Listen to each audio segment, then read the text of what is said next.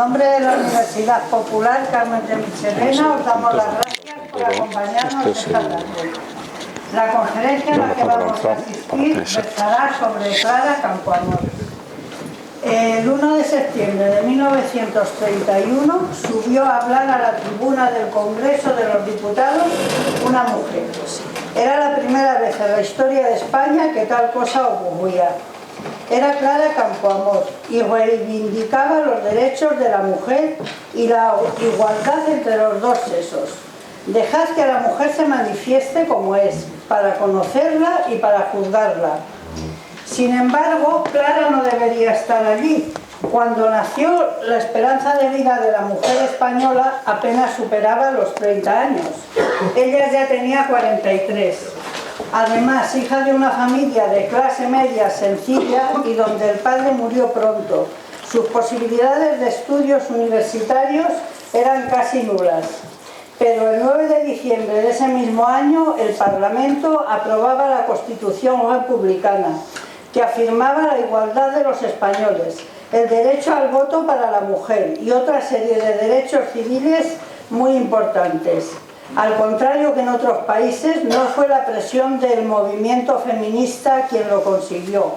Lo hizo el tesón, la fuerza, la inteligencia de una sola mujer, Clara Campoamor, que tenía claro aquello que espetó a todos los señores diputados de la Cámara. La única manera de madurarse para el ejercicio de la libertad es caminar dentro de ella. Hoy contamos con la presencia como ponente de Miguel Arévalo, historiador y vocal de la Junta Directiva de la Universidad Popular Carmen de Michelena.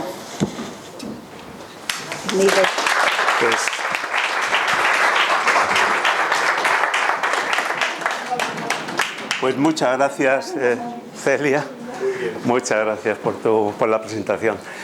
Bien, vamos a hablar de Clara Campoamor, pero he puesto ahí esa frase en uno de los libros que hay sobre ella, uno muy interesante, que es de Isaías Lafuente, se llama Clara Campoamor, la mujer olvidada. Empieza con esa frase que me gustó mucho, porque la historia de la civilización, ha sido la lucha para hacer legal lo evidente.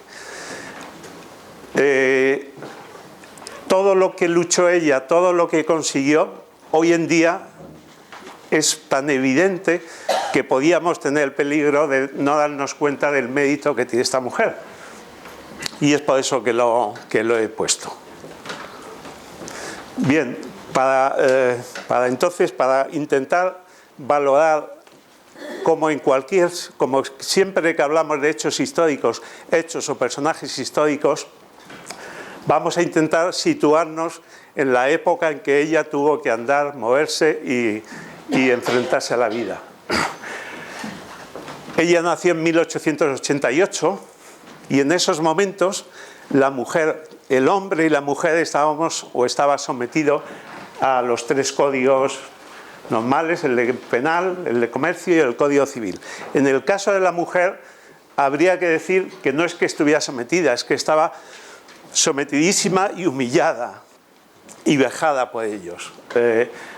Algunos ejemplos, el sometimiento de la mujer al marido era total, por supuesto. Y, a ver, ¿dónde me pongo para no taparlo?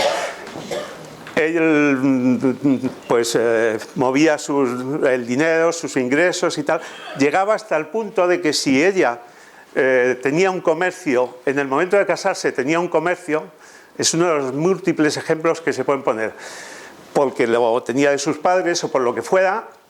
En el momento que se casaba con un señor de Barcelona o que de Cádiz o vete tú a saber de dónde, al día siguiente necesitaba el permiso de ese señor para seguir trabajando en su comercio. Y todo eso, además del sometimiento del Código Civil y el sometimiento del de comercio, además había un código penal, curiosamente, que es de 1870, es de la época de la Revolución Gloriosa. Los hombres progresistas, incluso de la época, hacen un código penal deprisa y para eliminar el que había antes, que era todavía muchísimo peor. Y lo hacen deprisa pensando en cuanto se instauren bien, hacer un código penal despacio, mucho más estudiado y mucho más reflexionado. Como tantas veces en España, pues en lo provisional se quedó hasta la República que lo elimina. Fueron 60 y tantos años. Y el Código Penal se producía una contradicción tremenda, pero que cuando las contradicciones son a favor del poder, pues ya sabemos que no pasa nada. El Código Civil decía que la mujer era irresponsable, era poco menos que un niño. Pero sin embargo, luego llegaba el Código Penal y no solamente la hacía responsable, la castigaba igual que al hombre, sino que la castigaba con mucha más dureza que al hombre. Total, una contradicción que Clara denunció repetidas veces.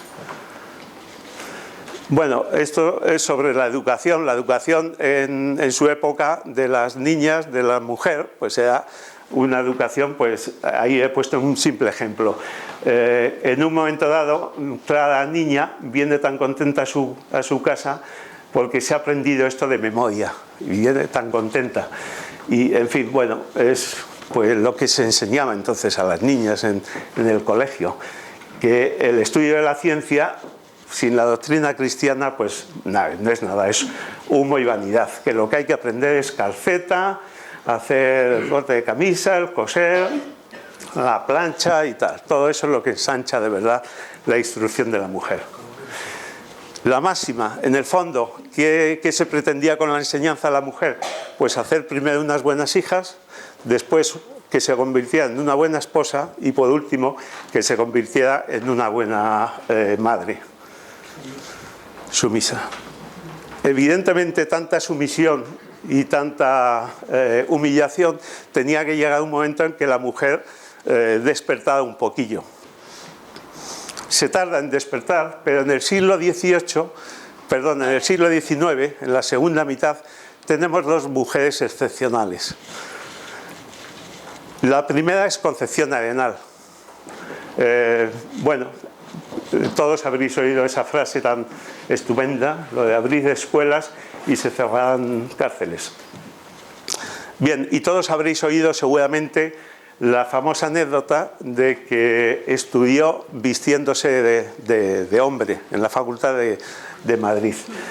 No es ninguna anécdota, es verdad, pero quiero decir que no tiene el valor de anécdota porque tiene todo el valor de una mujer que no la permiten estudiar por ser mujer y que es capaz de disfrazarse de hombre para ir a las clases. Por supuesto, de oyente, claro. Ella no hace exámenes, ella no puede obtener ningún título ni nada, pero va a las clases. Y le costó lo suyo, porque pues siempre se cuenta varias veces que grupos de estudiantes, fastidiados de que una mujer estuviera entre ellos, la intentaron pegar. Y de hecho, en una de las veces que un grupo de estudiantes se dirigía a ella con una cierta violencia, surgió otro grupo de estudiantes también a defenderla, y entre ellos estaba el que luego sería su marido. Y no es tampoco anécdota porque tiene un valor tremendo, porque lo que es verdad es que la Inquisición había sido anulada 8 años antes nada más. Ya sabemos que la Inquisición había sido anulada por las Cortes de Cádiz, pero luego Fernando VII la había introducido otra vez con el nombre de Juntas de Fe, y hasta el Estatuto Real del 34 estuvo funcionando. Y no solamente estuvo, sino que en el año 26, unos años antes, como veis, muy poquitos años antes, todavía quemó a un maestro en Valencia, o sea que había que tener mucho valor para hacer lo que hizo. Bien, es una mente prodigiosa, pues poetisa, novelista, socióloga, penalista. Como penalista tenía fama en toda Europa, o sea que se la tenía en cuenta en toda Europa. Y la verdad es que luchó por la emancipación de la mujer, los derechos de los afligidos, de los discriminados, de los presos, y de cualquier otras minorías que se le apareció. En el año 29, una serie de mujeres, entre las que está Clara Campoamor, se dan cuenta de que una mujer así no tiene un mísero reconocimiento en Madrid, no tiene un solo monumento ni nada, y entonces deciden trabajar para hacerle un monumento. Es el año 29, en el año 36, con lo que vino, pues se quedó el monumento sin hacer. Curiosamente, el franquismo pues se la levantó. Se le levantó y ahí está. Está en el Parque del Oeste, bajando Moret, donde llegas a Rosales, en ese esquinazo, ahí está, muy fácilmente visible.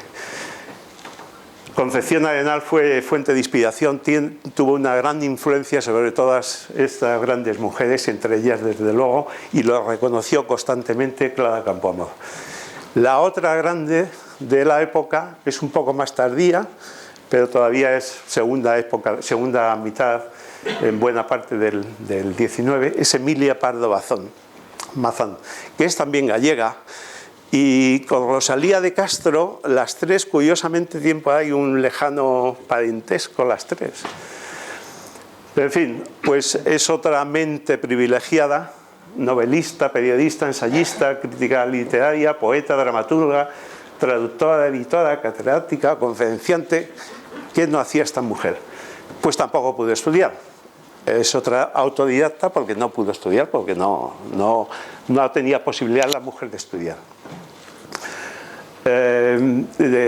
No solamente no pudo estudiar, sino que también en el año 98, me parece, la propusieron para entrar en la Academia de la Lengua y no la rechazaron, vamos, por ser mujer, evidentemente.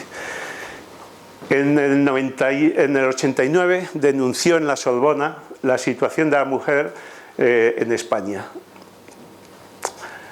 La verdad es que la situación de la mujer era tan patética que la mayoría, como sabemos, había un nivel de analfabetismo tremendo, mucho más en la mujer, con lo cual la mayoría, la única salida que tenía era el matrimonio, que además era la única salida decente y que la sociedad esperaba de una mujer, o el servicio doméstico, la mendicidad o la prostitución. Si sales de ahí es muy difícil encontrar una mujer de esa época, o encontrarla en otro sitio. Esa defensa de la mujer le trajo también, como no podía ser menos, pues menos para la época, feroces críticas, entre ellas la de nuestro Leopoldo Alas Clarín, que la dijo una serie de improperios. En el 1910 la nombraron consejera de Instrucción Pública y es desde entonces que la mujer pudo estudiar en la Universidad Española. Antes, con mucha dificultad y en alguna había podido estudiar, pero muy pocas se necesitaban unos permisos especialísimos y tal. Desde 1910, con ella en la instrucción pública, fue ya donde se normalizó. Bien, y me vas a perdonar que eso siga un poco hablando de la situación de la mujer entonces. En esa época va surgiendo, por lo tanto, los movimientos feministas, los movimientos que, cansados ya de esa situación, intentan situar a la mujer en su sitio. En España eso es un poco más lento que en otros países también adelantados, por supuesto, tampoco somos los últimos ni mucho menos. ¿Y por qué? Pues porque el desarrollo industrial todavía en este país era muy lento y la verdad es que el gran motor del feminismo fue la salida al mundo laboral de la mujer. Ahí es cuando se dio cuenta de que además de todo lo que llevaba ya encima, de todas las mochilas que llevaba encima, salía a trabajar y encima ganaba menos, en unas condiciones fatales y se la maltrataba mucho más. Entonces aquí, como eso se dio un poco más tarde, pues la fuerte ascendencia de la Iglesia Católica, por supuesto, que como siempre no pretende que no se mueva nada, y una sociedad arcaica, pues una sociedad muy patriarcal, donde que se hable de que la mujer quiera independencia y tal, todo eso pues cuesta. Y entonces se suele señalar como inicio del movimiento feminista en España el Congreso Pedagógico de Hispanoluso del 1892.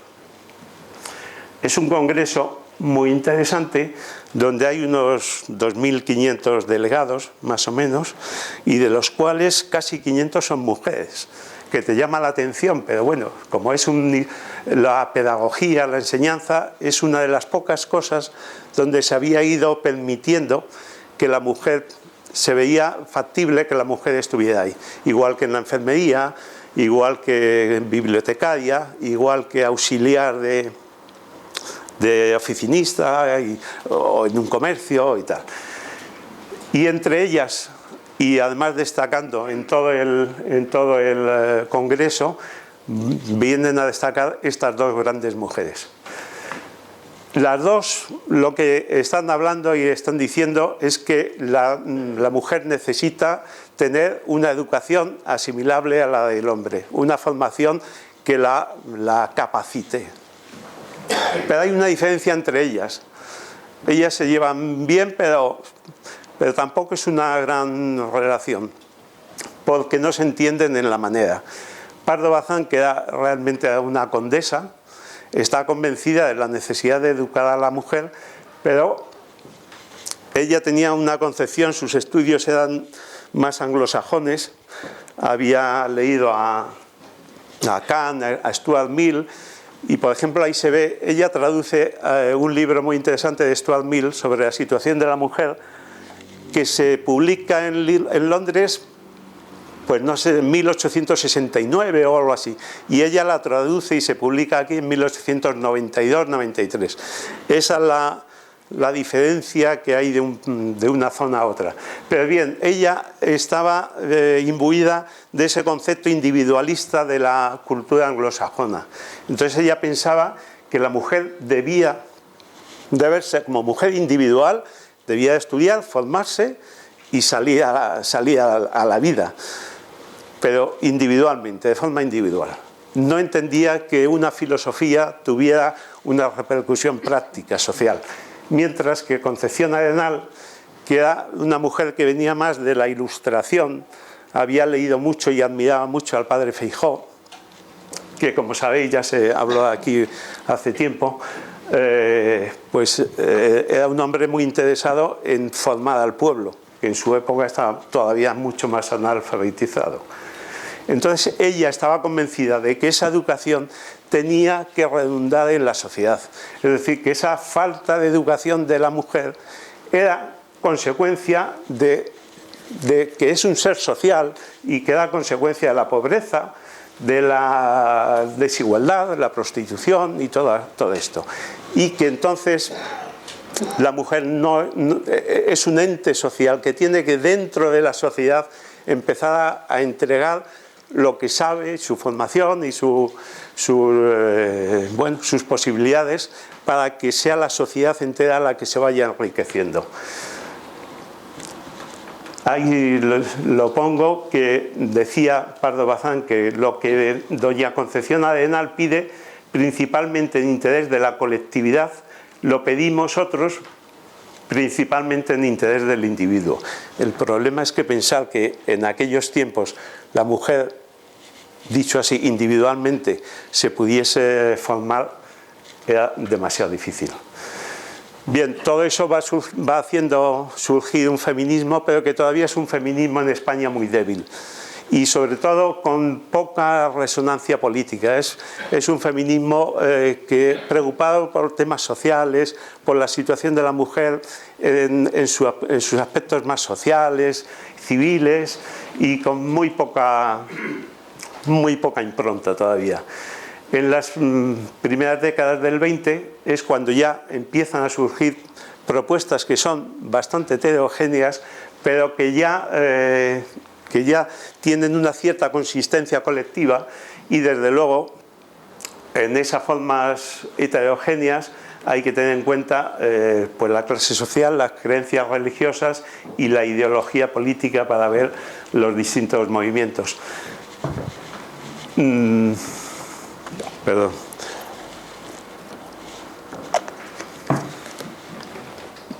traigo aquí una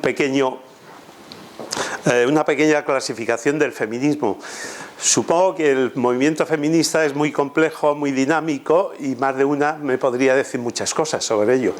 Pero como no es una conferencia sobre el feminismo, lo único que pretendo es que se vea un poco cómo va surgiendo el feminismo y qué patas va teniendo y tal. Tener un poco de idea de cómo está la situación cuando Clara Campoamor empieza a andar por las calles de Madrid y por el Parlamento.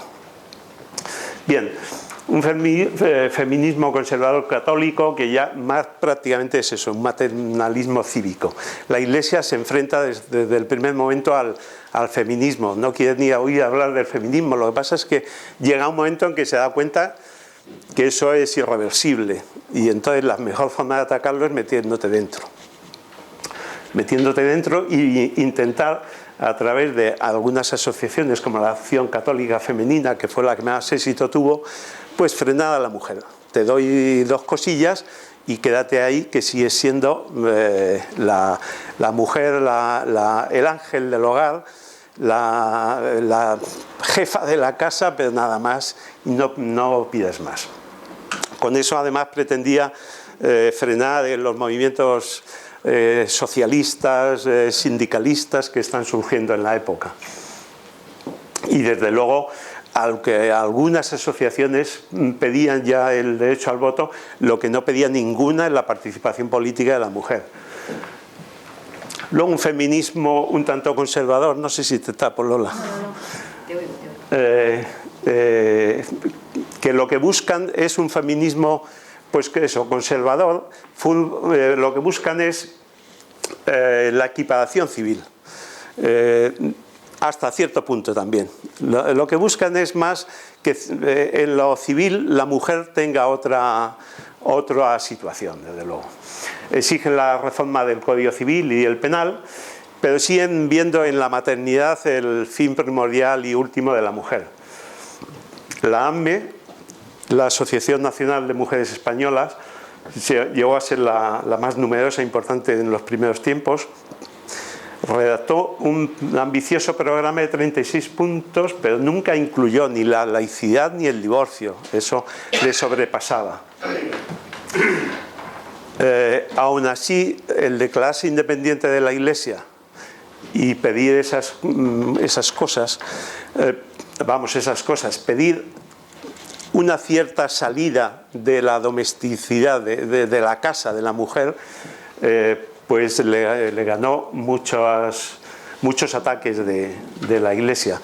Sería eso leer, pero, o sea, prolongarme demasiado, pero en muchos textos lo que se decía es que la mujer, sobre todo una vez casada, me parece que se decía, que tenía su casa, y que no debía salir de la casa. Su casa era su ámbito de actuación. Luego ya hay un feminismo radical y laico que es anterior. Con la Primera República va surgiendo un feminismo que es sobre todo, lo que pretende es sobre todo una sociedad laica igualitaria. Está imbuido de los principios de los primeros republicanos, de los de la Primera República.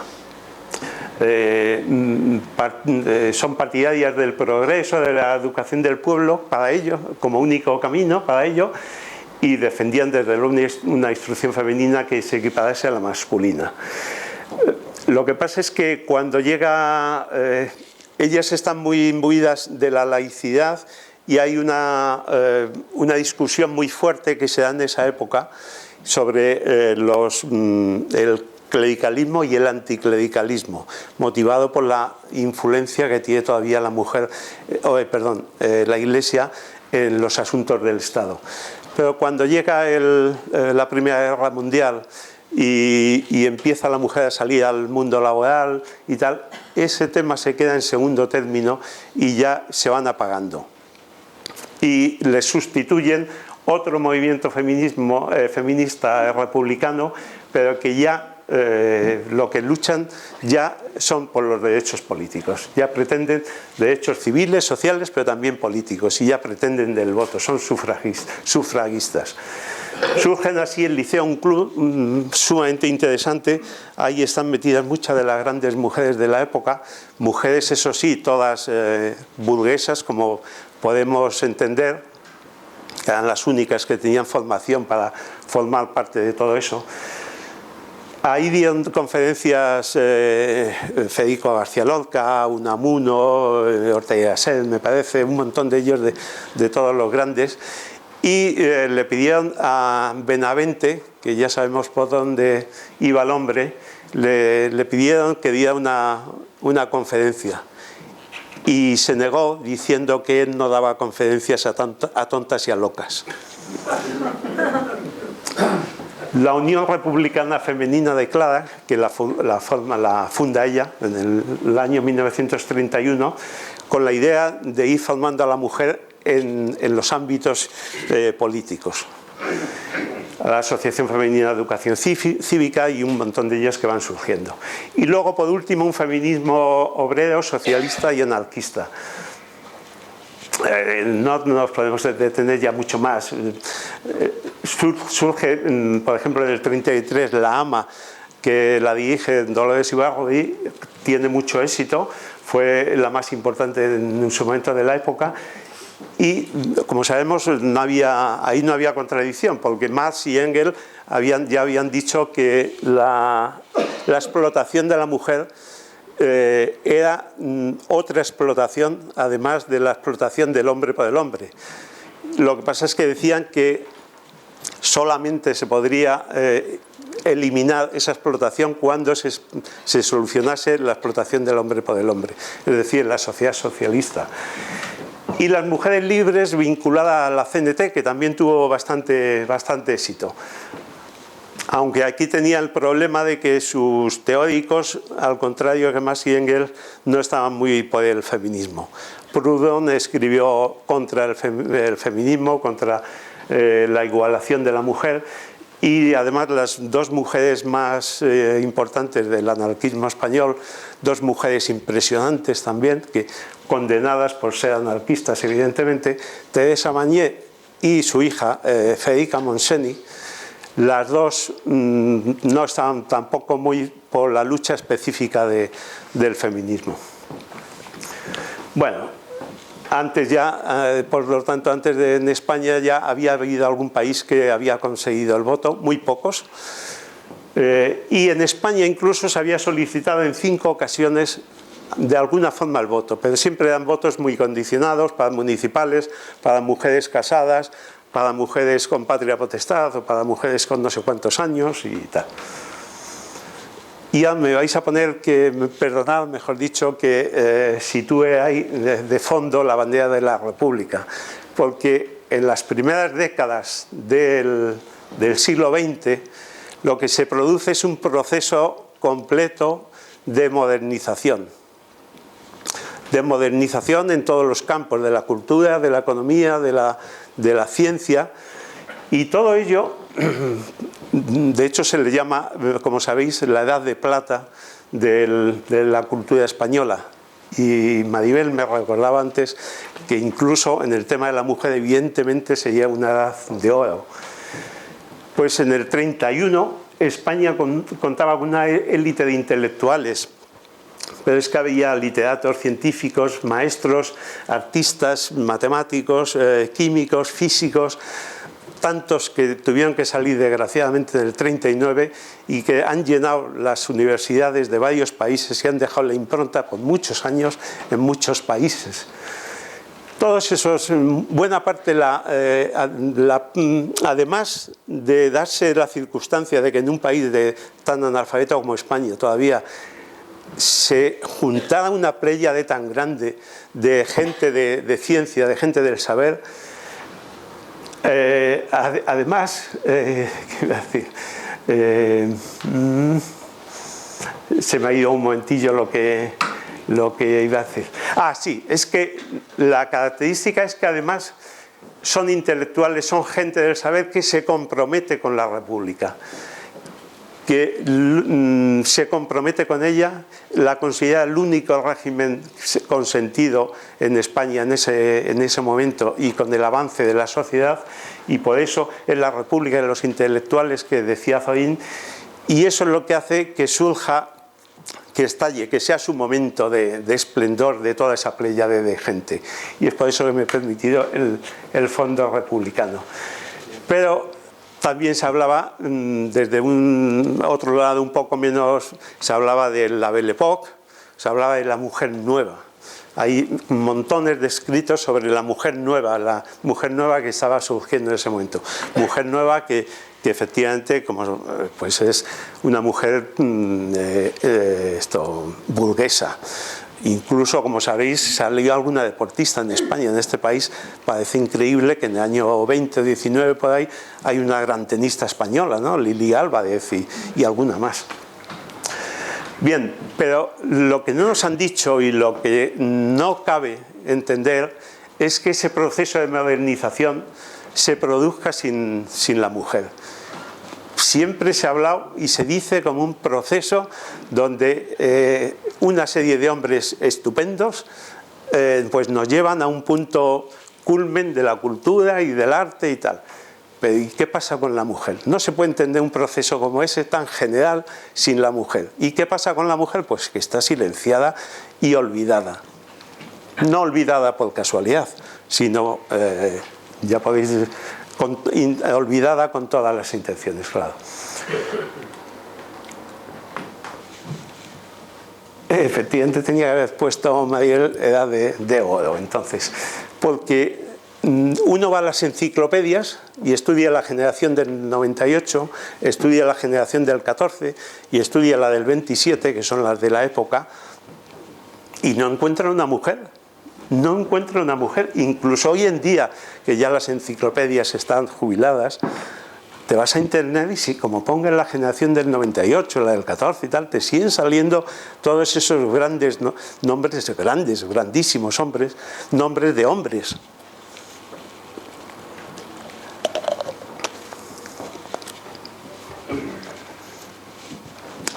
Pero en fin, caramba, va siendo hora de hablar de una generación del 98 plena, con un montón de mujeres, la del 14 y la del 27. He puesto ahí algunas, con perdón para las que no figuran ahí, que hay unas cuantas todavía que se podrían añadir, pero grandes mujeres. Pardo Bazán, Carmen de Burgos, Blanca de los Ríos, Concha Espina, María Goidi, María Lejarra, que se la conoce en muchos sitios en el campo del teatro y de los relatos, pero se le conoce al marido, porque ella misma filmaba con el seudónimo, con el nombre del marido, supongo, no encuentro otro sentido que el de que con eso conseguía poder escribir y que se publicase su obra. Que es Martínez Sierra, Gregorio Martínez Sierra, Isabel Oyarzábal y un montón de ellas más, que son grandes mujeres, pero que están, seguramente de alguna de ellas no habréis oído hablar, pero que si ves su biografía te quedas impresionado.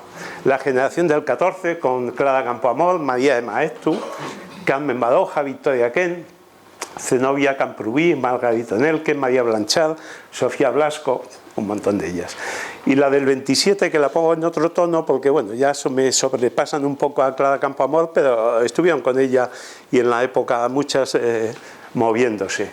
Pero fijaos los nombres: María Teresa de León, Irene Falcón, Maruja Mayo, Josefina de la Torre, bueno, María Zambrano, Luisa Carnés, que hace unos días se presentó un libro aquí de ella con su hijo, en la presencia de su hijo y tal, o nieto. Bueno, de verdad, si buscáis las biografías de estas mujeres, es tremendo. Y bueno, ya nos metemos con nuestra Clara Campoamor. Pues nació en Madrid el 12 de febrero del 88 y murió en Lausanne, en Suiza, en el año 72. Nació en lo que hoy es Malasaña, en la calle Marqués de Santa Ana. Esa era su casa. Su abuela era vivían en el bajo porque su abuela era la portera de la casa y su madre era modista, una modista que hacía las cosas para las vecinas y para, en fin, la gente de la zona, y su padre trabajaba como contable en uno de los periódicos, de los 40 periódicos más o menos que existían en Madrid entonces. Era una familia liberal, sencilla, era un hombre liberal, con lo cual soñaba, viendo además la inteligencia de la hija, soñaba con darle estudios y se mantenían más o menos. El problema es que murió el padre pronto, teniendo ella muy pocos años, y en aquellos tiempos el morir el padre supone la ruina de la familia, si no se es aristócrata o algo por el estilo. Así que se queda sin esos estudios soñados por su padre. Así que, bueno, pues se emplea en una serie de cosas. Luego, con 21 años, se presenta al Cuerpo Auxiliar de Correos y Telégrafos, aprueba, y la mandan primero a Zaragoza y después a San Sebastián. En San Sebastián está 4 años y la deja una huella muy especial. Tan especial que cuando en sus últimos años ella pide que descansar en San Sebastián, y allí está enterrada. Y luego en 1914 el Ministerio de Instrucción Pública saca a concurso unas plazas para maestras de educación adulta. Se presenta a ellas y saca el número 1. El problema es que no tiene estudios, ella no tiene ninguna titulación. Todo lo que sabe lo sabe a base de leer todo lo que pilla, por donde sea. Y entonces, pues se queda como maestra de taquigrafía y mecanografía, lo único que la permiten. Entonces, bueno, pues ahí pues tiene que trabajar en otras cosas, se mete en una serie de periódicos también para superar un poco su penuria. Y en 1916, y lo he puesto ahí más centrado, ingresa en el Ateneo. Lo he puesto ahí más centrado porque es un momento totalmente decisivo en su vida. Ingresa en el Ateneo. El Ateneo, entonces, como sabéis, es un foco de cultura, es un foco de ideas, de proyectos, de generadora de todo, y entonces, y además conoce ahí a un montón de gente muy importante, y entonces eso la influye mucho, de tal manera que a los 4 años decide ponerse a estudiar. Antes no lo ha hecho porque él tiene que trabajar para comer. Y entonces, con ya 32 años de edad, se pone a estudiar, y me recordaba un poco lo que decías tú, Vicente, el otro día. Pues en 2 años hace el bachillerato y en otros 2 años hace Derecho. Así que a los 4 años de no tener estudios pasa a ser abogada, se inscribe en el Colegio de Abogados, lo cual es un éxito personal y un hito para el feminismo, que hubiera una mujer abogada. Había otra más, que es Victoria Kent, y otra, Uici. Las 3 son las 3 primeras mujeres que entran en el Colegio de Abogados, y inmediatamente entra también en la Academia de Jurisprudencia y Legislación, donde al año siguiente le nombran secretaria de una... Por cierto, que ahí he puesto un doodle, de eso se llama, me parece, ¿no? Que le dedicaron el año pasado, no sé cuándo. Bien, el compromiso político de Clara pues va surgiendo un poco después del... Primero lo que tiene es un compromiso social. Ella se hace abogada y empieza a dar conferencias por todos los lados. Allá donde la llaman, allá va ella. Y lo que quiere es formar a la mujer en los problemas que se va a encontrar ante la legislación tan abusiva. Por ejemplo, una de sus intereses son el tema de las capitulaciones matrimoniales, que en aquel tiempo no se podían cambiar. Si hacías una capitulación, esa ya te morías con ella. Y además eran muy lesivas, o sea que había que tener un cuidado tremendo a la hora de, si una mujer se casaba, al momento de hacer las capitulaciones. Y luego, pues tratar de defender a la mujer en los múltiples temas y problemas que se las planteaban. ¿Qué pasa? Pues que le va surgiendo el compromiso político porque se da cuenta de que según va llegando a los tribunales va perdiendo todos los casos, los va perdiendo porque la mujer no tiene defensa. Y cuando gana, en segunda instancia, se lo tumban. Y entonces se da cuenta que así no se puede cambiar, que hay que luchar desde el campo político. Eso unido a la dictadura de Primo de Rivera, que se ha iniciado en el 23, le hacen coger un compromiso político, pero no un compromiso político con ningún partido en concreto, sino un compromiso de darse cuenta de que si quieres cambiar las cosas, lo tienes que hacer desde la política. Entonces, bueno, la dictadura lo que hace es suprimir el Ateneo, o sea, pagarle al Ateneo, porque se seguía hablando con bastante libertad y no lo pueden soportar, y en un momento dado ya le echan la llave y dicen que el gobierno va a decidir una nueva junta directiva, y en ella mete a Clara Campoamor. Ella, cuando se entera, dice que de eso nada, que ella no participa en ese cuento. También la intentan convencer para entrar en los comités paritarios, ese invento que hizo el Primo, que era todo un cuento, y tampoco lo consiguió. En ellos sí entró, por ejemplo, Victoria Kent. Sí, y luego tampoco aceptó en el 27 la Gran Cruz de Alfonso XIII que le concedió la Academia, porque ella ya tenía un sentimiento republicano absoluto. Bueno, entre las múltiples cosas que hace esta mujer, he puesto ahí algunas, porque en el 29 la creación de la Federación Internacional de Mujeres, bueno, la Liga Española por la Paz. Me faltan muchas, porque es que no tenía sentido poner ahí todo lo que... Tras el famoso levantamiento de Jaca, que fracasa, como sabéis, y fusilan a Fermín Galán y el otro, que ahora mismo no me acuerdo,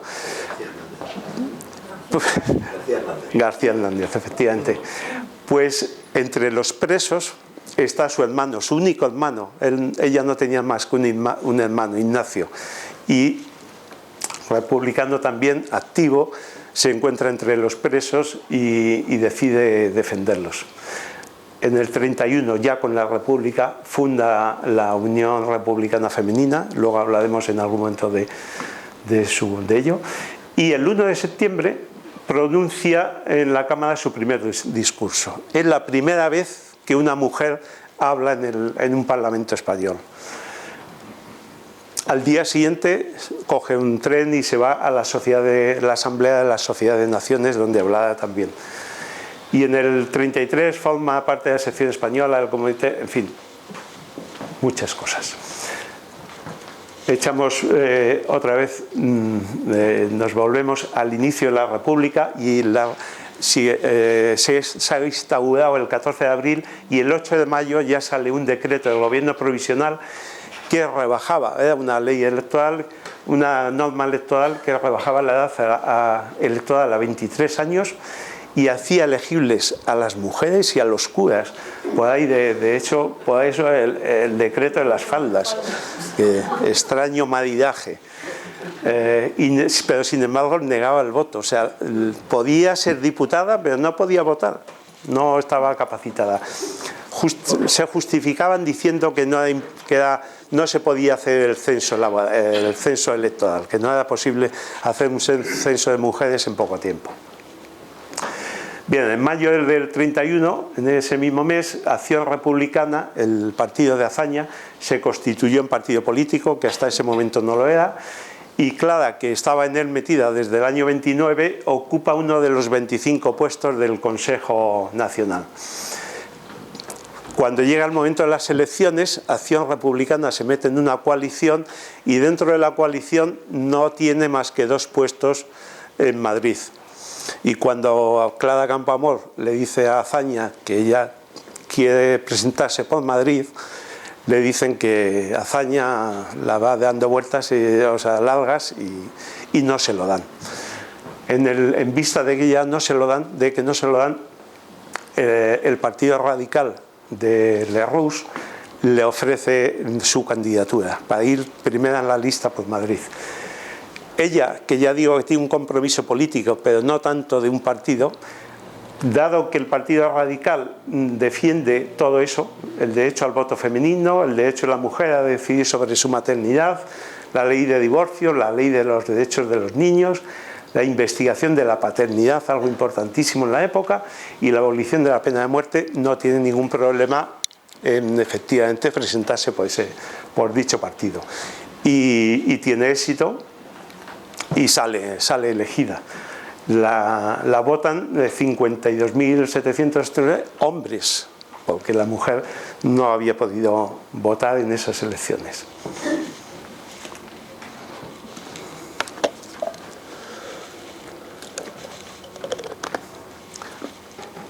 Cuando sale elegida, ella lo primero que pide es entrar a formar parte de la comisión que va a trabajar y va a elaborar el proyecto de Constitución española, porque lo que ella pretende es cambiar las leyes, y el mejor sitio evidentemente es la comisión esta que va a trabajar en ello, y lo consigue y entra a formar parte de ella. Ahí está en la foto con miembros de dicha comisión, y en dicha comisión tiene que luchar 2 veces. Bueno, hay 2 artículos fundamentales, también los demás, pero hay un artículo que es este que le cuesta Dios se ayuda, y además no lo consigue en ese momento. Decía el artículo: no podrán ser fundamento de privilegio jurídico el nacimiento, la clase social, la riqueza, las ideas políticas y las creencias religiosas. Pero se reconoce, después en otra línea decía, se reconoce en principio la igualdad de los derechos de los 2 sexos. Ya sabemos que cuando te dicen en principio, te están diciendo que, bueno, ya veremos. Y además, no solamente ya sabemos todo lo que es que esta Constitución, la española, tenía como base fundamental o como influencias fundamentales la de México del año 17, la rusa del 18 y la de Weimar del 19. Las 3 reconocían el voto a la mujer, pero la de Weimar tenía ese artículo. ¿Y qué había pasado? Que era del 19, que del 19 a entonces varias veces la mujer había solicitado cosas y le habían dicho que en principio tenía las cosas en principio que ya veríamos, no se las habían dado. Así que ya lucha denodadamente por evitar en principio. En la Comisión Constitucional no lo consigue, se vota y se mantiene. Luego veremos cómo en la Constitución sí lo consigue, en el Pleno. Y sin embargo, cuando le pasa eso, evidentemente ya piensa que está todo perdido. Si me ponen lo de en principio, es que me van a negar el voto, evidentemente, porque me están preparando el tema para después segarme los pies. Pues no, cuando llega el voto, y para su sorpresa, se votó por amplia mayoría. Pues ¿por qué? Pues lo mismo, ella se pregunta y muere preguntándose cómo se votó ahí el sufragio, cuando se había intentado por todos los medios no concederlo en ese momento. Es la caverna que llevamos los hombres, le dijo un compañero del Parlamento. En fin, la sorpresa mayúscula le esperaba cuando el proyecto de Constitución se elabora, me parece que son en 18 días o algo así, y se presenta en el Pleno. Y mira por dónde su partido, el Partido Radical, empieza proponiendo nada menos que una enmienda a la totalidad. Y enmienda porque además, precisamente porque está diciendo que el voto femenino es un elemento peligrosísimo para la República, porque la mujer española como política es retardataria, es retrógrada y no se ha separado de la influencia de la sacristía y del confesionario. De parecida forma se expresa Victoria Kent. Como supongo que sabéis muchos, se hizo famoso el debate entre Clara Campoamor y Victoria Kent, porque cuando se organiza el debate y Clara Campoamor sale a defender el voto, los partidos republicanos se lo niegan, hacen una jugada que está muy bien. Había 2 mujeres en el Parlamento, Clara Campoamor y Victoria Kent. Más tarde entrará Margarita Nelken, porque bueno, había tenido problemas, entra en una segunda votación y tenía problemas con su nacionalidad y tal. Así que más tarde estará, pero en ese momento todavía no estaba. Hay dos mujeres, pues para que no se diga que es que la caverna masculina está negándole a la mujer, vamos a hacer que salga a la palestra la otra mujer diciendo que no estamos de acuerdo. Y sale Victoria Kent, defiende eso, que en la falta de oportunidad ella dice que ella es partidaria, pero que de la igualdad de los derechos, pero que en ese momento es peligrosísimo, que no es el momento oportuno y vota contra ella.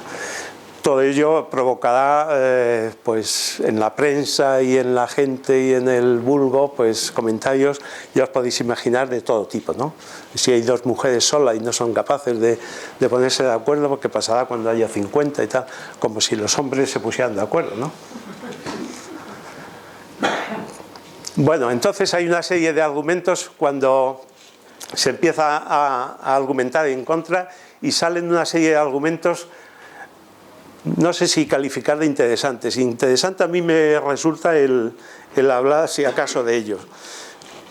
A la mujer se le había negado, pues históricamente, desde siempre, se habla del liceísmo de la mujer, pero en concreto en España, que hay una Edad Media ahí, que unas veces sí, otras veces no, a partir de la unidad de los reyes católicos en la fe, pues a partir de ahí la fe, la Iglesia Católica tiene relegada a la mujer, que todavía la tiene relegada, por lo tanto queda relegada.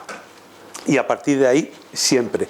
Pero cuando van llegando pues un momento dado que la Iglesia va perdiendo influencia y está surgiendo algo que se llama ciencia, pues entonces pues se dan cuenta de que hay que atacar también por ahí, que la ciencia también tiene que atacar eso, y tiene que decir que la mujer por la ciencia tampoco es, que también es inferior a la mujer. Y empiezan, ya desde el siglo XVI hay tratados, algunos empiezan a hacer algunos tratados supuestamente científicos que hablan de la psique inferior de la mujer. Y en ese momento, en esos años además, ese debate se ha ampliado mucho, hay un debate tremendo sobre esa supuesta incapacidad psíquica de la mujer, y entonces en el Parlamento se refleja. Y pues tenemos entre uno de ellos, por ejemplo, uno de los diputados que desde el mundo científico la niega, pues es el médico, el psicoanalista Roberto Novoa. Roberto Novoa es un ser muy interesante, porque es catedrático de patología y sus libros de patología se estudiaban en las universidades europeas, no es cualquier señor. De hecho, en Galicia se le tiene todavía por el mejor médico que ha dado Galicia a la historia de la medicina. Pero sin embargo, en el tema de la mujer, y además había sido anarquista, era anarquista, había escrito en las revistas anarquistas y se había presentado en las elecciones entre los republicanos gallegos y era diputado. Pero en el tema de la mujer defendía unas tesis totalmente cavernícolas, de tal manera que decía que la psicología femenina era consustancial al liceísmo, que es una de las cosas que ya desde el mundo griego se hablaba del liceísmo de la mujer, y dice una cosa tan yo no sé si decir bruta, como que decía que el liceísmo, que no es una enfermedad, que el liceísmo es una consecuencia que se produce en aquellos seres que tienen unido el útero al cerebro. Eso es lo que decía este buen señor.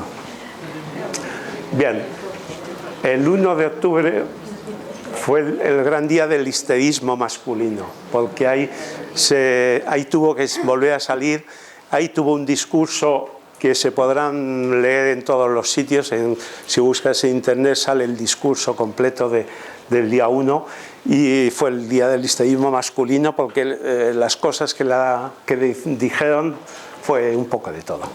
Lo hizo con una argumentación si leéis el discurso, es francamente de mucha altura, y se encontró pues con la mala educación de numerosos diputados que la interrumpen constantemente y tal. No todos, por supuesto, que ahí me estoy poniendo a nuestro género, le estoy tirando por los suelos. No todos, hay quien tiene otro comportamiento. Bueno, todo ello lo escribe en un libro, de las pocas cosas que tenemos de ella, que es Mi pecado mortal, el voto femenino, que está por ahí publicado y se puede leer muy bien. Quería haber presentado al principio, y se me ha pasado con todas las... a Lola, que es miembro fundadora de la plataforma de asociaciones de Tres Cantos, y la voy a aprovechar para que haga de la voz de Clara Campoamor. Poco que contribuir al discurso de Miguel, pero bueno. ¿Te paso esto? El micro, porque sí. si no suave. Sí, pero también esto. ¿También esto? Sí, porque si no, no se graba. A ver. ¿Y esto era así? Ya está. ¿Ya está? Vale. A ver. Si habéis afirmado ayer la igualdad de derechos, lo que pretendéis ahora es una igualdad condicional, con lo que no hay tal igualdad. Eso no es democrático. Señores diputados, yo no puedo creer que la mujer sea un peligro para la República, porque yo he visto a la mujer reaccionar frente a la dictadura y con la República. Lo que pudiera ser un peligro es que la mujer pensara que la dictadura la quiso atraer y que la República la rechaza, porque aunque lo que la dictadura le concedió fue igualdad en la nada, como me he complacido yo siempre en decir, lo cierto es que, dentro de su sistema absurdo y legal, llamaba a la mujer a unos pretendidos derechos. No cometáis un error histórico que no tendréis nunca bastante tiempo para llorar, al dejar al margen de la República a la mujer, que representa una fuerza nueva, una fuerza joven, que está anhelante, aplicándose a sí misma la frase de Humboldt, de que la única manera de madurarse para el ejercicio de la libertad y de hacerla accesible a todos es caminar dentro de ella.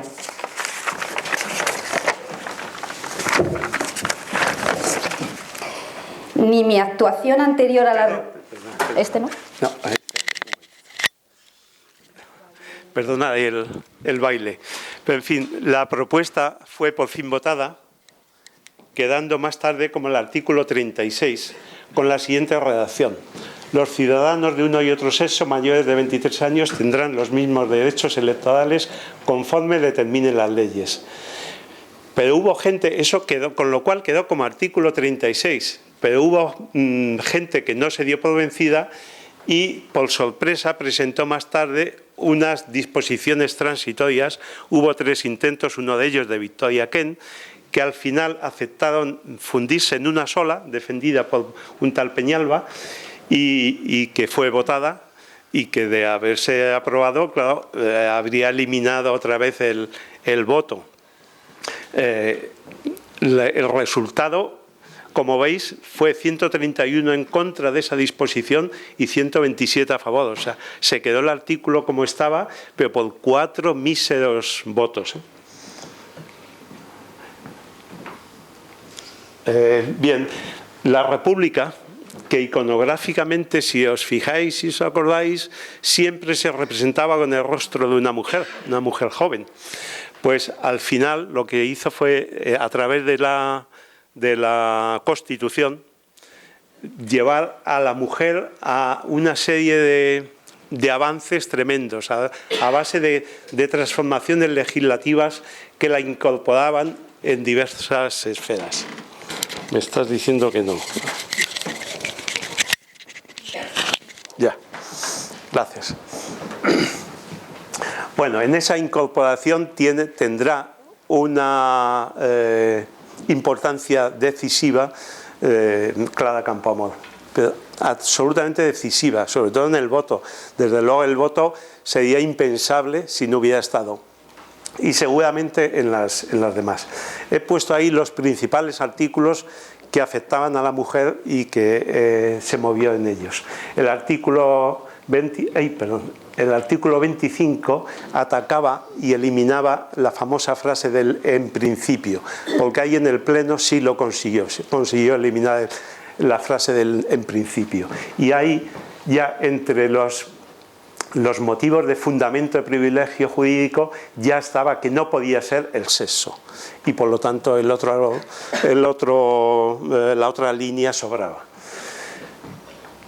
El artículo 36, que es el del voto, que los ciudadanos de otro sexo mayores de 23 años tendrán los mismos derechos electorales. El artículo 40, que daba paso a cualquier tipo de profesión, de cargo, de puesto, porque hasta ese momento la mujer, aparte de no tener estudios y también un poco como consecuencia, pues por ejemplo en la función pública no podía ser nada más que auxiliar, no podía ser técnico, por mucha que tuviera o por mucha experiencia, no podía llegar a ser técnico. Este artículo la capacitaba, por supuesto. En el artículo 43, un artículo más largo, pero en fin, lo importante es que la iguala al hombre en los derechos del matrimonio, porque hasta ese momento en el matrimonio, la mujer cuando entraba en el matrimonio era un cero a la izquierda, era el hombre y después el hombre. Entonces ahí los iguala en el matrimonio y además introduce ya el divorcio. Y además a petición de cualquiera de los cónyuges. También el tema de los hijos habidos fuera del matrimonio, entonces que se daba con bastante frecuencia, y el hombre solía con bastante frecuencia también desentenderse, y además se comprometía a la investigación de la paternidad, porque muchas de las veces era el señorito o el señor que abusaba de la chica doméstica, y cuando si quedaba embarazada, por mucho aunque fuera denunciarse y fuera, que normalmente evidentemente no decía nada, pero si intentaba ir a los tribunales, intentaba ir a algún sitio, entre la palabra del señor o la de la doméstica, pues no había caso. Era lo que nunca se investigaba la paternidad esa. En el artículo 46 habla del trabajo también de las mujeres y de los niños, que entonces era muy normal y se hacía en condiciones ínfimas. Y por fin en el artículo 53 que las hace elegibles, además de votar pueden ser elegibles. Lola.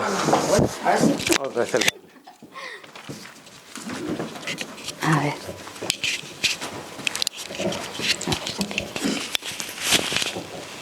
Ahora sí. Ni mi actuación anterior a la República ni mi pensamiento al defender el voto en el Parlamento obedecieron principalmente a un convencimiento típicamente feminista, aun cuando sea su lógica traducción. Era la España futura y la hipocresía del hombre español la que pedía incorporar a la mujer a los derechos y deberes de la vida pública, señalándole el camino de la libertad. Digamos también que con la definición de feminista, el vulgo enemigo de la realización jurídica y política de la mujer pretende malévolamente indicar algo grotesco, asexuado y extravagante, cuando indica lo partidario de la realización plena de la mujer en todas sus posibilidades, por lo que debiera llamarse humanismo. Nadie llama humanismo al derecho del hombre a su completa realización.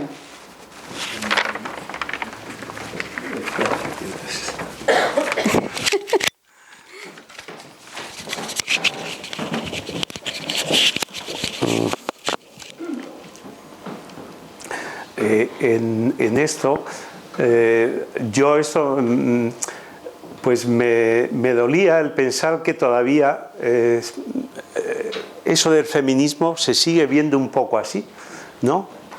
Y todavía hablamos de feminismo con una sensación de mujeres masculinas casi prácticamente, y me acuerdo mucho de Lidia Falcón, una mujer que tenemos feminista en España, que la conoceréis, de una categoría intelectual tremenda, y que, bueno, pues se la condena y se la desprecia, pues porque es feminista y lo ha declarado siempre que es feminista, ¿no? Bien, a pesar de su actividad, cuando llegan las elecciones del 33, pues pierde, no consigue el escaño.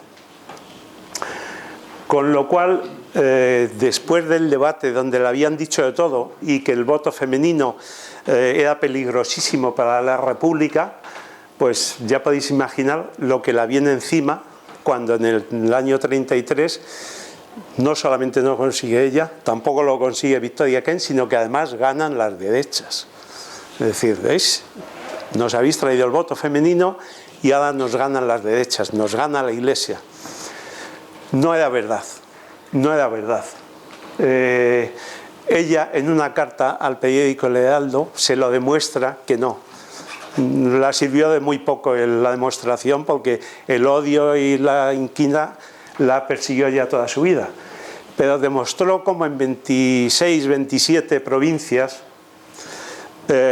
lo que había habido es lo que ya sabemos hoy, que la ley electoral se había hecho para las grandes coaliciones, y por eso había triunfado la izquierda en el año 31, porque se hicieron grandes coaliciones, y por eso volverá a triunfar en el año 36, porque se consigue el Frente Popular. Y se pierde en el 33, pues porque no se hacen las coaliciones.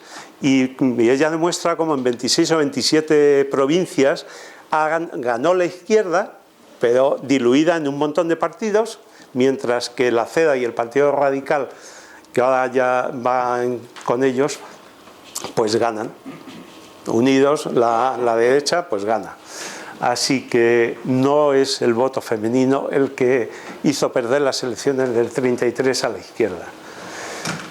En vista de que se queda sin escaño, Lerroux, que forma gobierno por su coalición con la CEDA, pues la nombra directora general de beneficencia, y ahí está un año. Por discrepancias, perdón, con el ministro que la nombran un año más tarde. Un año más tarde entra la CEDA, que se había quedado fuera del gobierno, entra en el gobierno, entran una serie de ministros, y entre ellos un ministro de Trabajo, que hasta ese momento era radical, entra uno de la CEDA, y el ministro del ministro de Trabajo depende de ella. Y entonces pues tiene una serie de discrepancias con él, que no es imposible soslayarla. No vale la pena hablar, pero a través de la beneficencia prácticamente estatal no existía en ese tiempo, no tenía casi ni fondos ni nada, y lo único que había eran una serie de fundaciones, la gran mayoría de ellas religiosas, que tenían unos fondos importantísimos económicos, y eran los que prestaban esa beneficencia, y lo único que pretendió Clara es pues controlarlas. Ni siquiera la pedían que las decomisara el dinero, todos esos grandes presupuestos que tenían, pero ella no llegaba a eso. Lo único que pretendía era fiscalizarlas, que todo ese dinero y sus actividades, por las cuales tenían una serie de privilegios, se destinaban a beneficencia, que no era así. Y eso le llevó a unas discrepancias totales con el ministro, que no estaba de acuerdo, y tuvo que dimitir.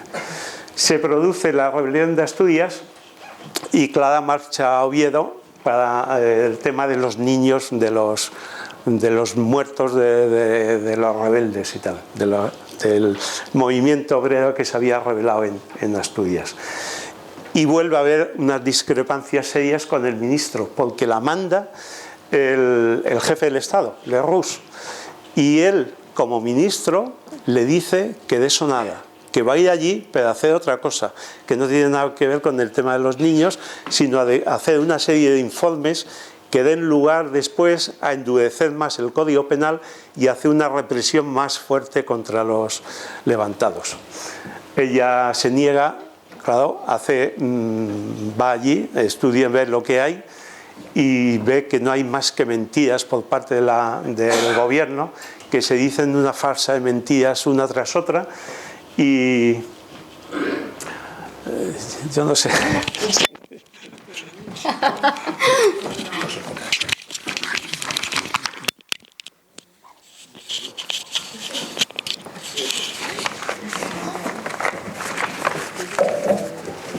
Se torturaba a los acusados en las prisiones, se fusilaba a los presos sin formación de causa en los patios de los cuarteles y se cerraban los ojos a las persecuciones y atrocidades perpetradas por la policía durante aquellos 16 meses.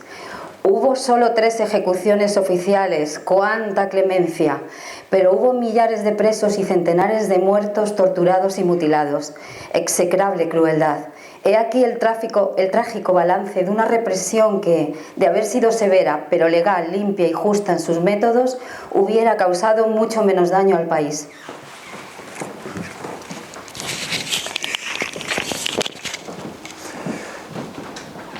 Bueno, pues hay esas fotos, como sabéis, Francisco Franco ya demostraba sus dotes y era uno de los responsables con el general Godez de la represión en Asturias, aunque eso sí, lo hacía desde Madrid, él no estuvo en Asturias. Bien, eso ella se da cuenta de la subordinación del Partido Radical a la CEDA, su giro a la derecha total y que piensa que ya es un muñeco de la derecha, y abandona el Partido Radical. Entonces intenta ingresar en Izquierda Republicana. Izquierda Republicana, entre otros, la componía el partido de Azaña, la Acción Republicana, donde ella había militado. Y empiezan a pasar la factura de su voto femenino, al haber conseguido el voto femenino, porque la someten a la humillación de una asamblea general que no tenía sentido, la someten a una votación nominal que no tenía sentido y sale nada, es absolutamente denegada por una amplia mayoría, con el caso que se cuenta siempre que incluso algunas mujeres se votaba por bola blanca y bola negra. La bola negra efectivamente era el no, y algunas mujeres se pasearon con la bola negra a votar para que se viera claramente que estaban contra el tenerla entre sus filas. Bueno, ahí he puesto una compañía nórdica, ahora mismo no me acuerdo cuál es, no sé si es la Noruega o algo así, que tiene, es la Noruega, ¿verdad?, que tiene una serie de aviones con una serie de rostros, y entre ellos tiene la de Clara Campoamor. Bien, pues al no estar entonces en ningún partido, no consigue entrar en las filas del Frente Popular. La Unión Republicana, que ella había fundado, la intenta animar y hacer una candidatura, pero ella piensa que no tiene sentido y que lo único que va a hacer es quitar votos a la gente en la que ella creía. Y por otro lado, pues le pasan la pelota a los republicanos, que la acepten los republicanos, dicen, y los republicanos dicen que no, que la acepten los socialistas, y ni unos ni otros, total, que se queda fuera. Así que en esa está fuera del ámbito político cuando la rebelión militar le sorprende en Madrid. La lucha de la primera época, ya sabemos el desorden, la confusión, y como ella había pertenecido al partido de Lerroux, que había gobernado en ese bienio derechista, pues ella no se encuentra segura. Ella tiene ahí miedos y se va a Alicante y consigue embarcarse en un barco hacia Génova. Ahí lo que van son gente de la derecha fundamentalmente, que huyen de la zona republicana, y lo que se van es a la Italia fascista, y otros a intentar después entrar en Madrid, en España, a las zonas supuestamente nacionales que llamamos. Hay un montón de falangistas y la denuncian a las autoridades de Génova. Cuando llega la detienen, pero bueno, se dan cuenta que no hay motivo ninguno para retenerla y la dejan salir. En el 38 se traslada a Argentina, a Buenos Aires, donde vive pues traduciendo, escribiendo y dando conferencias. Intentó 2 veces volver a España. Una en el 47, se aloja en la casa de una amiga, Elena Soriano, y está no sé si un mes o algo así, pero la dicen que está fichada por el Tribunal de Represión de la Masonería. Curiosamente, ella había pertenecido a la masonería, es verdad, en ese tiempo de la militancia radical, pero como tantos otros y sin ningún interés especial en la masonería, aparte de que, como dice ella, no era ilegal, o sea que no había hecho nada ilegal. Pero la dicen que está fichada por ello y que tiene peligro. Y entonces, nada, se va otra vez. Y en el año 50-51, en las Navidades, vuelve, se aloja en casa de Concha Espina, ya es muy mayor, está ya medio ciega, y le da una carta para el tribunal. Y se va allí con ella y le atiende una persona que le ha mandado expresamente Concha Espina porque sabe que la va a tratar bien. Es un antiguo, se lo dice él, que era un estudiante de Derecho, que había oído muchas de sus conferencias, que la admiraba mucho y decía, pero bueno, ahora estoy aquí. Y le pregunta qué posibilidades tiene de volver a vivir en Madrid y le dice que ninguna, porque incluso en el año 47 dice, tengo aquí un oficio de la policía donde si te seguían ya, o sea que si llegas a tardar un poquillo más en irte, se te había detenido. Y eso está en curso todavía, o sea que lo que me sorprende, le dice, es que estés libre, porque que hayas podido pasar por las fronteras, vamos, sin ser detenida. Y entonces le dice, si te quieres quedar, te esperan 12 años de cárcel, o dar los nombres de sus compañeros masones y someterte a la propaganda franquista que va a decir que eres una republicana arrepentida y que vuelves al redil y todo eso. Con lo cual se va y esa misma noche saca un avión un billete y al día siguiente sale del aeropuerto y se va. Ya no lo intenta más, lógicamente. En el 55 abandona Argentina y se traslada a Lausanne a vivir otra vez con Antoine Quiché, con la que trabaja en su bufete hasta que pierde la vista, ya muy mayor, vamos, ya muy mayor de la vida que vivió. Y allí muere de cáncer el 30 de abril del 72 a los 84 años. Y efectivamente ahí están sus restos en San Sebastián, en el cementerio Poloé.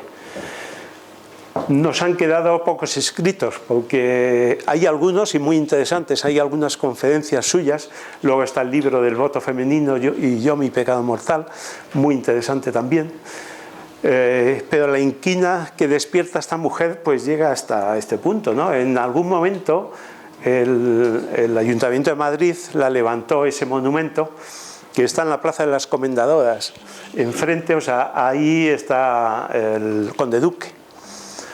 Y entonces yo me fui hace un par de meses, quería verlo y quería hacerle una foto y me encontré con esto. Y pregunté a los guardias del Conde Duque y me dijeron que no tenían ni idea, que eso lo habían robado una noche y ha desaparecido. Y así sigue. Para no hacer tanto eso, como es esto pequeño, lo digo yo. Esto es una frase de cuando escribe en el año 36 desde Londres, escribe el voto femenino y yo mi pecado mortal. Ha sufrido tantos improperios, la han atacado tanto por todos los lados que decide escribir ese libro de yo, el voto femenino y yo mi pecado mortal.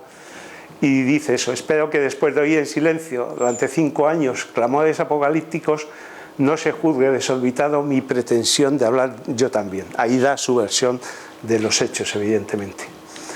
Bien, la verdad es que le atacan por todos los lados, aunque curiosamente y milagrosamente hoy en día hay no se sabe muy bien, hay un proceso de querer traerla un poco.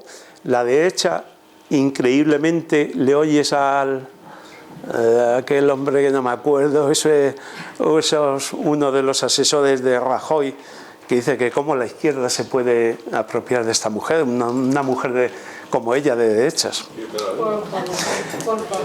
Y la izquierda, pues el Partido Socialista es el que está un poco por la labor de ella.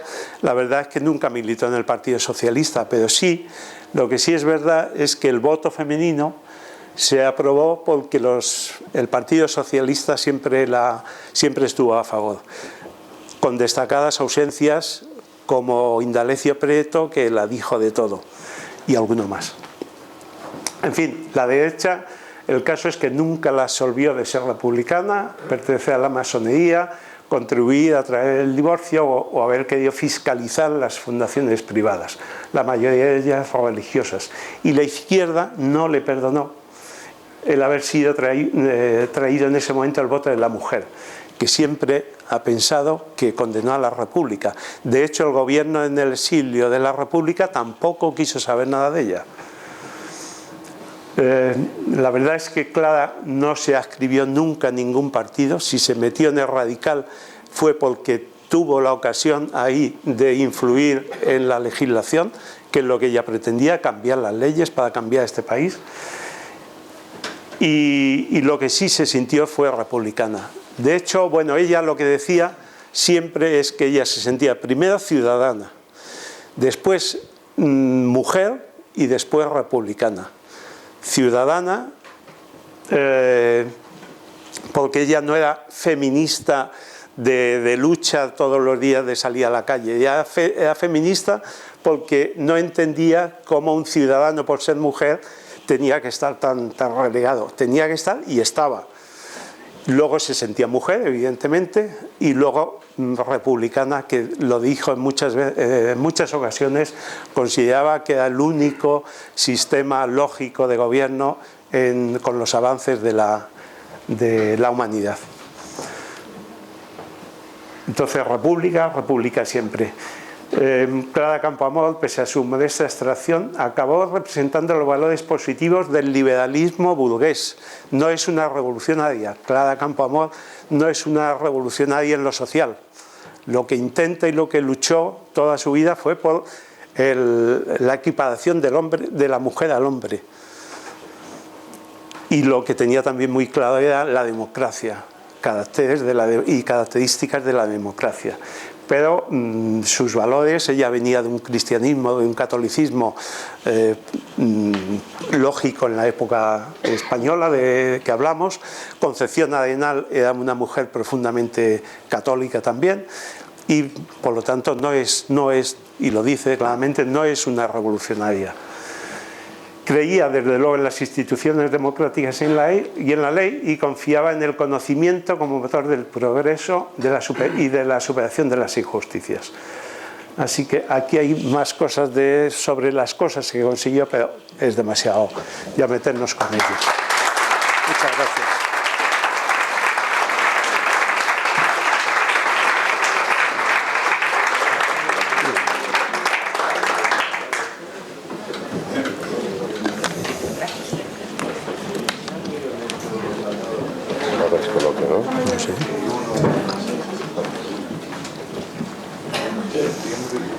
Supongo que también el hecho de que perdiesen los partidos republicanos las elecciones fue también consecuencia, supongo, de cierto desprestigio que le creó al gobierno el tema de la represión anarquista, los sucesos de Casas Viejas y tal. Pero bueno, lo que te quería preguntar es, Victoria Kent, pasados los años, llegó un momento a desdecirse y no culpar al voto femenino de la pérdida de poder por parte de los partidos republicanos. Pues bueno, evidentemente en la pérdida de votos, en la pérdida de las elecciones, hay otras cosas más, efectivamente, esas represiones. En mi pueblo también hubo una represión republicana de la República muy fuerte, y una ley agraria, una reforma agraria que era no llegar a donde había que llegar, y más cuando pues en los puestos principales estaban gente que eran republicanos de 3 días, que habían sido monárquicos hasta el día anterior y no tuvieron ninguna, y que eran, muchos de ellos eran pues si no latifundistas casi, con lo cual pues la reforma agraria no salió adelante de lo que se pretendía, y entonces hay más casos, y en cuanto a lo de Victoria Kent, que yo sepa, no se desdijo nunca de su criterio. No sé si ella en concreto supo valorar el que no se defendía, no dependió del voto femenino. La verdad es que eso no te lo sé decir, pero siempre defendió que no era el momento oportuno y que había sido consecuente con su forma de ver la situación en ese momento.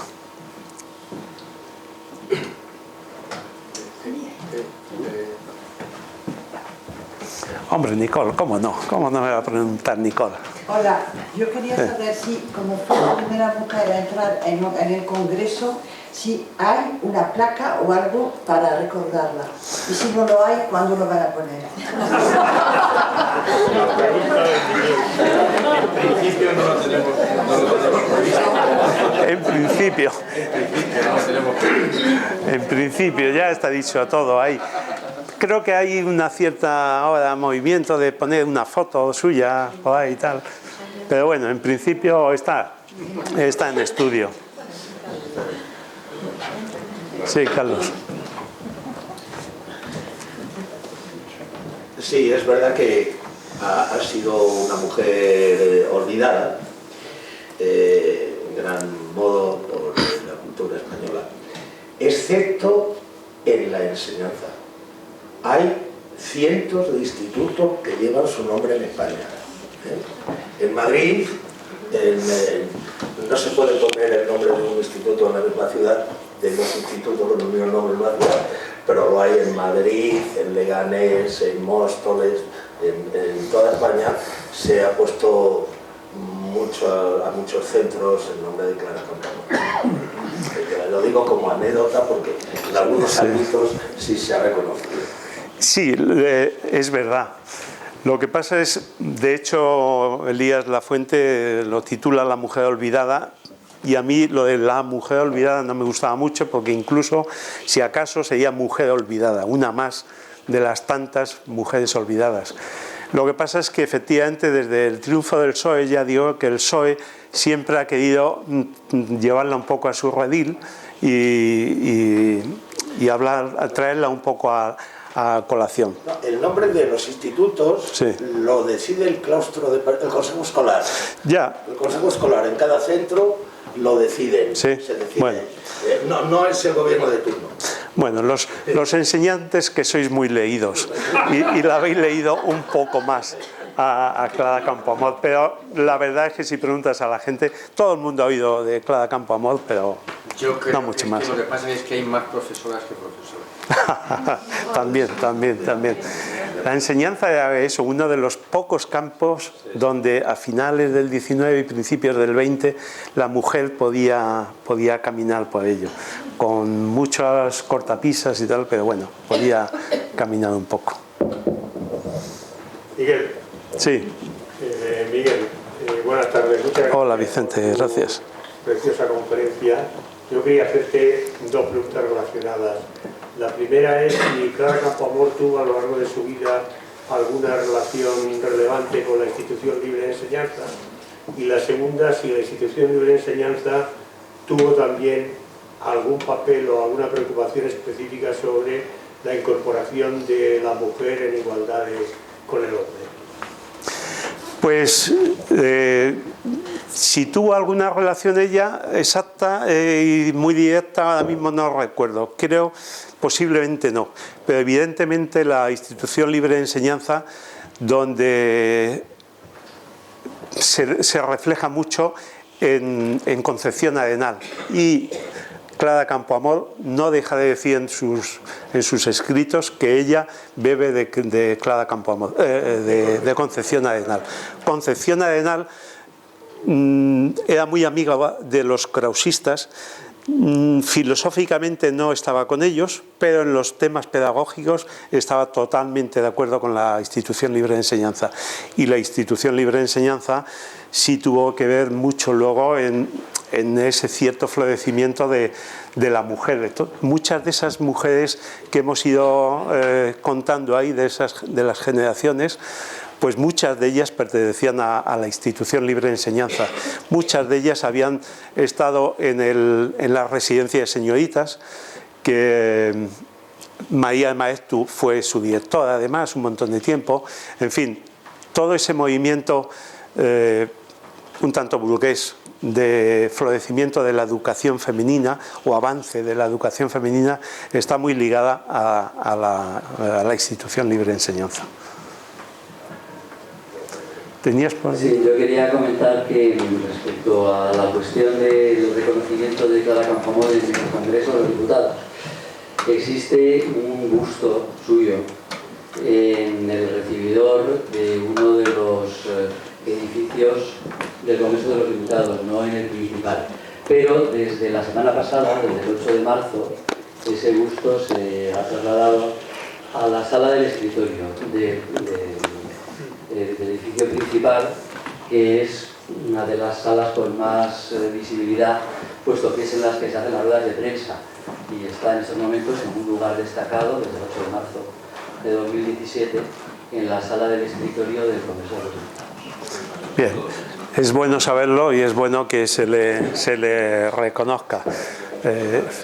Ella siempre dijo que tenía, al final de su vida, por ejemplo, decía que tenía la impresión de que lo único que había quedado de la República era precisamente su acción sobre el voto femenino, porque se produce una cosa extraña, como sabéis, o curiosa. Franco nos impide votar a todos, pero cuando organiza esos referéndums extraños, la ley de sucesión y otra serie de cosas así, esos inventos suyos, cuando pone a votar a la gente, vota también la mujer. Sí. Bueno, yo quería decir o añadir un poquito algo informativo a nivel de Carmen Elena, que ella también fue una mujer perseguida, porque estamos hablando también de feminismo y las mujeres han sido perseguidas toda la historia, y ella también fue una mujer perseguida. Fue una mujer que se le denunció, se le negaron sus derechos, se le negó el derecho a cátedra porque había sido denunciada por el clero, por masona, mancebada y por estar dentro de la educación, con lo cual la mujer ha estado siempre bastante machacada y intentando que ahí... Fíjate que somos más mujeres que hombres. Y podríamos hacer mucho, pero aún nos sigue teniendo ahí en un lado. En fin, era solamente añadir esto. No, bien, es una buena aportación, porque además Carmen de Michelena nos da nombre a nuestra universidad y es bueno mencionarla. La mujer, efectivamente, como hemos dicho, estaba sometida, pero además estaba otra cosa, que era silenciada. Aunque ahora se la reconozcan algunas cosas y tal, digo, a través de Clara Campoamor y tal, pero la mujer, además de sometida, ha estado silenciada, porque lo primero que hace un poder violento es silenciar a la víctima, y lo primero que hizo el hombre fue silenciar a la mujer.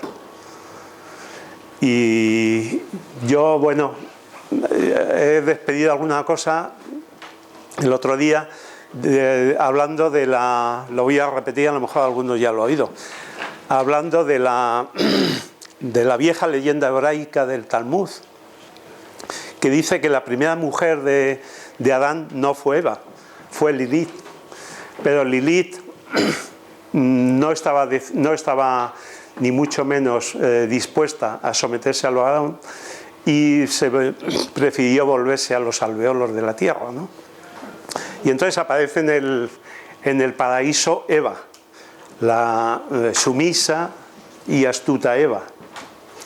Bueno, pues hemos tenido una larga historia de Eva, una Eva que por sumisa ella misma ha sido la primera que se ha prestado a estar en silencio y, a ojo, ha sido la mejor difusora de la ideología machista, porque le ha ido trasladando dentro del hogar a sus hijos esa ideología.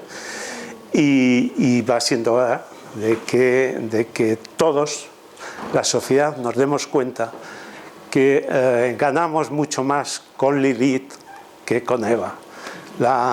Más con una mujer libre, independiente y formada y de espíritu abierto, más que con una mujer sumisa y silenciada y astuta.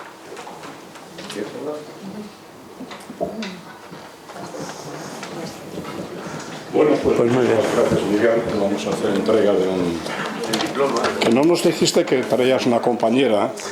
Ya. No tiene papel, no porque seas una compañera. Me lo convalido, Llego aquí y me encuentro con una sorpresa muy agradable, ¿verdad? Bueno, pues muchísimas gracias, Miguel. Ha sido... Nada. Gracias. Tranquilos, que terminamos la Semana de la Mujer, pero no os penséis que nos vamos a olvidar de las mujeres. O sea que contad con que vamos a continuar. Gracias. Muy bien, muy oportuno.